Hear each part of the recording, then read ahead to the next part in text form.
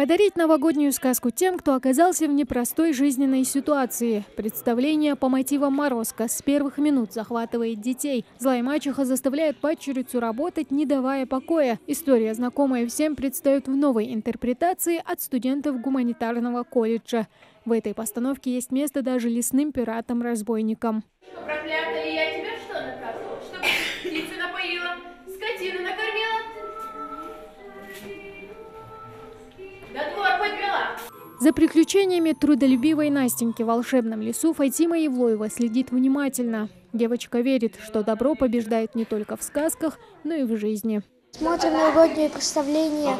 Девочка и матушка. Матушка ненавидит свою дочку, и одна была злая. Сказка про что зло, добро побеждает зло. Это сказка обозначает, что все люди бывают хорошими, а некоторые бывают плохими. Новогоднее чудо для тех, кому это чудо так необходимо. Студенты, волонтеры и работники Сунжинской районной администрации. Общими усилиями взрослые постарались порадовать детей, потому как главный девиз добровольцев – никто не должен остаться без внимания. Молодая гвардия Единой России. Спонсоров у нас очень много, поэтому хотели как можно красочно подготовиться к этому мероприятию, поздравить наших детей. Как проходит именно новогодняя акция, мы очень довольны. Волонтеры помогают нам в проведении именно вот этой акции и наши партнеры.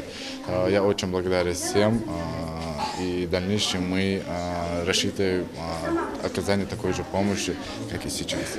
Сейчас в реабилитационном центре содержится более 50 несовершеннолетних. Учреждение принимает до 60 детей ежегодно. Это все дети из неблагополучных семей, сироты или дети, чьи родители находятся в местах лишения свободы или страдают психологическими заболеваниями. Этим детям необходимо тепло, потому что домашнего тепла они достаточно не получают, как другие дети. В этом году у нас уже это получается третье мероприятие. Вообще ежегодно к нам особое внимание вот таких организаций общественных, волонтеров бывает направлено. Очень много подарков дети получают, сладких столов. Вообще мы не остаемся без внимания. Они ждали этого праздника целый год, хорошо себя вели и учились на одни пятерки. Поэтому в конце представления каждый воспитанник получает свой сладкий подарок. Без презентов не остался никто. 28 декабря